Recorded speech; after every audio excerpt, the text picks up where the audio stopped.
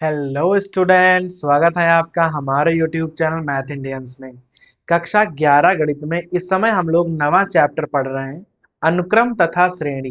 और भाई आज के इस वीडियो में आपको हम पढ़ाने जा रहे हैं विविध प्रश्नावली 9। और भाई यहाँ सवाल नंबर 20 हमने लिखा हुआ है। अगर आपको इसके पहले के सवाल देखने हैं तो आप हमारी प्लेलिस्ट में से देख सकते हो। तो भाई अभी देखो कि सवाल नंबर 20 में क्या कह रहा है। तीन संख्याएं हैं ए बी और सी। भाई कह रहा है कि ये समांतर श्रेणी में है। ठीक है। फिर तीन संख्याएं हैं बी सी डी। और भाई कह रहा है कि ये जीपी में है, गुणोत्तर श्रेणी में है। उसके बाद फिर तीन संख्याएं हैं 1/c, 1/d और 1/e। और भाई कह रहा है कि ये संख्याएं समांतर श्रेणी में है। तो भाई आपसे पूछ रहा है कि ए सी और ई, ए सी और ई जो है वो जीपी में है, ऐसा आपको प्रूव करना है, सिद्ध करना है। तो भाई सिद्ध तो हम कर देंगे, पहले खाली आप ध्यान दो कि भाई आपको पता क्या क्या है। सबसे पहले यहाँ आपको एक चीज पता है कि भाई ए बी और सी जो है वो समांतर श्रेणी में है। तो अगर ये तीन संख्याएं जो है समांतर श्रेणी में है तो भाई आपको पता है कि समांतर श्रेणी का सूत्र क्या होता है, टू बी बराबर ए प्लस सी हो जाएगा। भाई अगर ए बी और सी समांतर श्रेणी में है तो सीधी सी बात है कि टू बी बराबर ए प्लस सी हो जाएगा। ऐसे ही बी सी और डी जो हैं वो गुणोत्तर श्रेणी में है।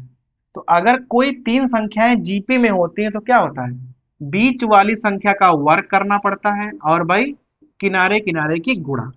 ये जीपी का संबंध है और ये एपी का संबंध है। दो जगह हमने लगा दिया, वहां पर भी आपको लगाना पड़ेगा। तो इसे आप भाई चाहो तो एक डाल देना, इसको आप डाल दो समीकरण नंबर 2।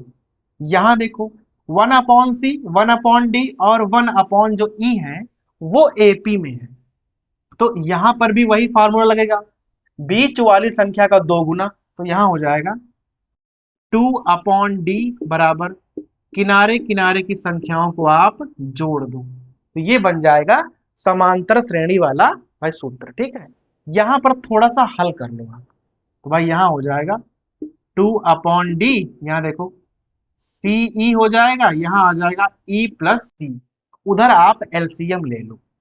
यहां से ना हम डी का मान निकालेंगे तो भाई डी का मान क्या हो जाएगा, देखो ऐसे आएगा 2ce अपॉन सी प्लस ई। इस प्रकार से आपको डी का मान प्राप्त हो जाएगा। भाई दो यहां जाएंगे और जो डी है ना ऊपर जाएगा, तो पूरी संख्याएं उल्टा हो जाएंगी, बस सीधी सी बात है। अब आपको ना यहाँ पर तीनों ही संबंध मालूम हो गए, तो भाई इसको डाल दो आप समीकरण नंबर 3। अब देखो भाई ध्यान से करना क्या है, यहां से पहले ना आप b का मान निकालो। देखो 2b बराबर a प्लस सी है, तो भाई b बराबर क्या हो जाएगा, a प्लस सी अपॉन 2।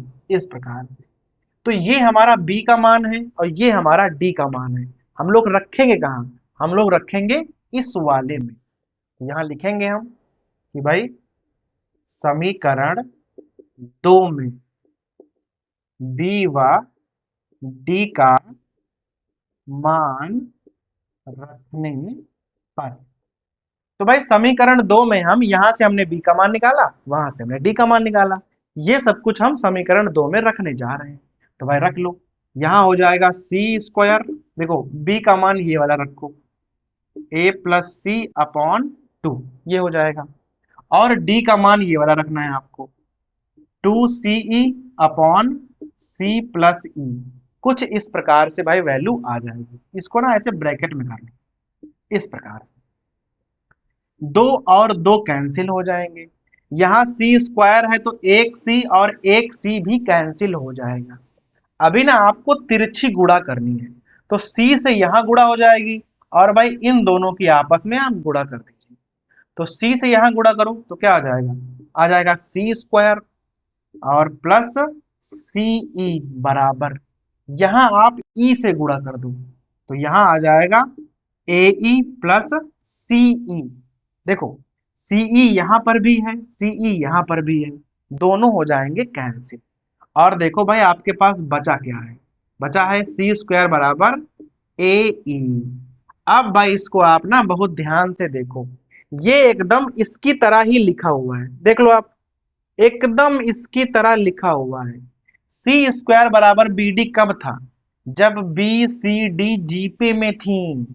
यहां लिखा है सी स्क्वायर बराबर ए ई, तो जो स्क्वायर होता है वो संख्या बीच में आती है, ये वाली और ये वाली।